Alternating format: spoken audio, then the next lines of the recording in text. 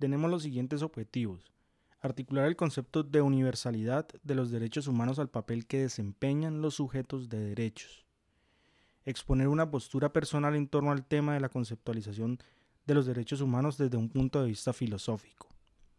La dinámica de una sociedad está dada por tensiones entre grupos sociales.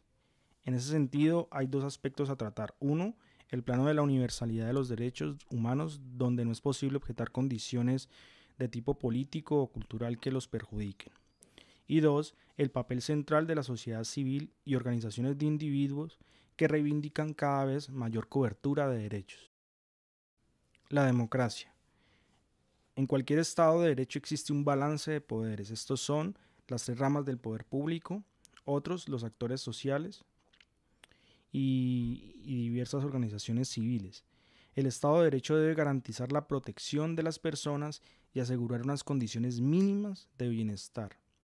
Teniendo presente que el Estado debe garantizar condiciones mínimas de protección de acuerdo a ciertos estándares, está la pregunta: cuando un Estado o minoría étnica reclama la particularidad de su cultura o por razones de índole política vulnera los derechos humanos, ¿a qué derechos debe dar prioridad? Es claro que ahí pueden presentarse dificultades en la aplicación del derecho, pero en el caso de Colombia la legislación contempla parámetros de autonomía. La Constitución del 91 permitió que estos grupos fueran reconocidos en temas de participación, por ejemplo. En el caso de los derechos, los indígenas poseen cierta autonomía que nunca podrá exceder ciertos ámbitos. Tenemos la conceptualización de Polman cuando dice: no es posible contraponer algunos derechos o algunas clases de derechos frente a otros, así como no lo es tampoco que se garantice a algunos mientras se le niega total o parcialmente a otros. Es claro que las legislaciones internas pueden encontrar mecanismos para asegurar derechos culturales. Sin embargo, en virtud de los tratados internacionales, estas normas internas deben estar en consonancia con estos acuerdos. Este es el ámbito preciso del concepto de universalidad de los derechos humanos. Tenemos unos conceptos claves, algo que se plantea en Reategui: los derechos humanos se conciben como pretensiones moralmente fundamentadas. Entonces la satisfacción de los derechos es algo que se busca, se persigue y nunca acaba, por cuanto los seres humanos queremos cada vez mejorar situaciones de bienestar. Ahí aparece el concepto de progresividad de los derechos humanos. La inherencia hace pensar que estos derechos son previos a la constitución del Estado, aspecto tratado también en Reategui. Antecedentes. Se tienen unos antecedentes de la concepción universalista de los derechos humanos, tales como la Declaración de los Derechos del Hombre y del Ciudadano, producto de la Revolución Francesa. Hay dos documentos importantes en 1948, la Declaración Universal de los Derechos Humanos por parte de la Organización de Naciones Unidas y la Declaración Americana de los Derechos y Deberes del Hombre, surgidas como respuesta a lo ocurrido durante la Segunda Guerra Mundial. En estos conflictos se demostró que el poder público, ante la magnitud de instrumentos que tiene a su disposición, puede poner en riesgo o vulnerar los derechos de personas indefensas.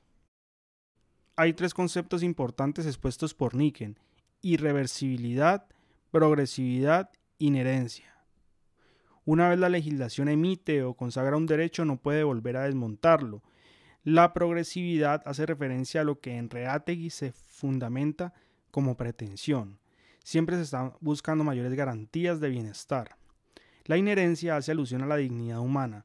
La pertenencia a la especie nos hace portadores de derechos que bajo ningún concepto podrían ser vulnerados. La dignidad humana vista desde ciertos niveles. Esta es la perspectiva que aparece en Reategui. También esta es una aspiración individual, responde al plano subjetivo de la persona, pero con una salvedad. Se supone que la organización política de un Estado debe propender por la mejora de las condiciones de vida. Por ejemplo, en el tema de derechos sociales, siempre hay una búsqueda, una necesidad de mayores garantías, de mayor seguridad social. Polman establece que hay una acción de autorreconocimiento cuando la dignidad humana se reafirma. Habría entonces como niveles de dignidad que entran en la dimensión interior del ser humano. Es él quien otorga a su ser dignidad por medio de sentimientos de valía. Están las organizaciones sociales, como ya veníamos anunciando, Por otro lado, el papel que cumplen organizaciones sociales es fundamental. Estos organismos son los encargados de ejercer presión para que no se sigan vulnerando los derechos humanos. Si el Estado somos todos, pues a cada individuo alude cierta conciencia acerca de la importancia de una sociedad que incentive valores democráticos y formas adecuadas de resolver los conflictos. Conclusión.